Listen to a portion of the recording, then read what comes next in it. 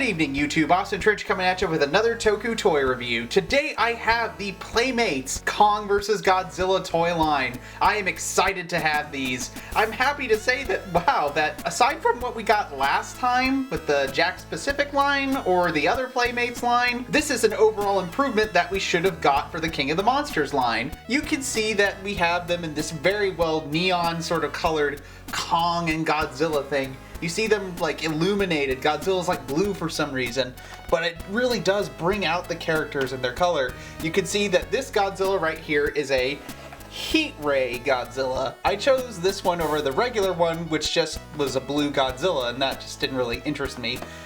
You can see that he comes with a variety of accessories, and if you'll notice this on these figures, which I will get to, that they're missing chunks out of them. Is that going to imply that this movie is going to be pretty gory? We'll have to see. Yeah, you can see he comes with a tail, a little heat thing, which I think is cool. And then you come to Kong, who has a weapon and a bit of his flesh missing. That's interesting. See, on the background you can see that it's called Battle Axe Kong. It has his bio and everything similar to Godzilla, and you can also see the Skullcrawler and something called Warbat listed below. I'm very curious what those toys will be, but I also hear other toys might come out as well. I wonder who. Regardless of that, let's just see who we have outside of the box here and see what we're getting with these figures. Alright, and right out of the packaging, here we have Kong and Godzilla. And I'm going to come out right away in saying this. Kong already is the best figure of this, because as much as I like Godzilla in this sort of new toy format, it's clearly copying the NECA as well as the vinyl version of the figure. So, with that said, this Kong is actually much better. It looks like a downscaled version of their giant version of the toy, which actually works to its benefit. I kind of wish that they would do the same for this, but it clearly shows that there's a lost in, replication sort of thing. But overall, these are both good. They have these nice little translucent parts right here, given that it's a heat beam attack. And with Kong, he's just completely posable right off the bat. Like, so much love was put into Kong, I just wish they did the same for Godzilla. But, other than that, they're still great. Things off with Godzilla, King of the Monsters, for now. Overall, I do think this figure does look nice and everything. It's got some good forms of weathering on it, especially on the tail area. You can see they're trying to match it up to, like, the translucent plastic they have right here. It's nice and, movable, so it's not like it'll break easily, so there is a lot of good effort into this. I do like it, and it's posable, yes, but just not super posable, so be careful. You can move the arms, the legs right here. I just wish the rest of the body was posable like Kong's was. Hopefully with further releases we'll get a better one, but I digress. This is nice the way it is. I do like it is lighting up and so on, but it could have been better. Especially when you have to have it stanced like this, when Kong can just, stance whichever way he wants, which I think is just kind of lackluster for the King of the Monsters, but, hey, sometimes you gotta sacrifice things when you're developing a figure. Overall, it does look pretty cool. I do like how it looks again. There is also some missing paint right here. I don't know why, but, it's not bad by any means. Up close, you can see a serious problem with his eyes. For some reason, they're giving him fisheye looks. I don't know why. It's only where, like, an eye is in one certain direction. I don't like that, especially given that Godzilla does look normally at people. Maybe it's just, like, to make the painting easier, but I don't understand why, considering other toys like NECA or SH Monster Arts can do way better. Or they could have just painted the eyes blue or just white or something. I don't understand the thought behind that, because it makes it look super awkward, but it is posable in the mouth area. You can see it right there for when I show you the attachments. You can see that. Yep, I'm glad that they put that in there, because a lot of other Godzilla toy lines usually have like this very spring-loaded thing, or the 2014 line where you just lift it over and the beam shoots out. I mean, that's fine and all, but like, this does seem like a good improvement for a generic toy line for your kids, so this is good for the little tykes in your life. In terms of accessories, the Godzilla vs. Kong figure comes with one. This. It's a bit hard to see due to the lighting, but you can see that this is his beam shot. And fun thing is, this thing comes with a peg you can stick in its mouth. Oh my god. There, you stick that on right there, and you can see the beam.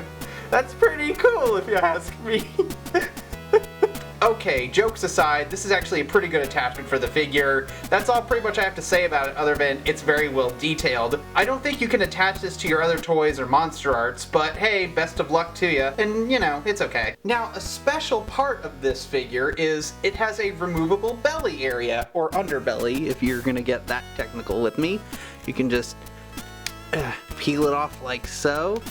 I'm glad that it's hard to get to, because that means it'll stay on sturdier, and you can see an exposed bone and muscle underneath that. That is some gruesome stuff right there, amigo. And you know what? That looks really cool considering this is a death battle sort of thing. Hopefully it's like Freddy vs. Jason instead of Batman v Superman. But it really would be cool if Mothra saved the day. But yeah, this is actually really good, and I'm very happy that Playmates put this much effort into the, you know, the design of it to have this ability. I just wish they put more effort into posability as well. And now we come to the god of the island himself, Kong. But for how long? Well, hopefully longer than it took this review to get made.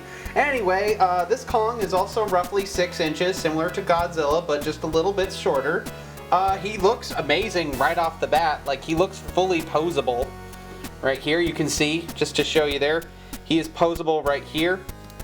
He does no waist articulation, but he just like move his legs, arms, everything, even his head a bit. I wish the mouth could open and close, but that's a small thing to wish for with a figure this good. I think it looks great. Definitely, like, everything about this looks perfect. Like, it's a great Kong figure. I can't wait for SH Monster Arts version of him to come out, but we'll see then. But in the meantime, everything looks good about this. They even added the detail of the claw mark from Skull Island that he put on there. You know, the skull crawlers gave him in that amazing fight sequence that the Monsterverse has yet to top. So that's already amazing right off the bat. The detail is nice. You can see the hair right here. Everything, it's hard to really say. Everything is good.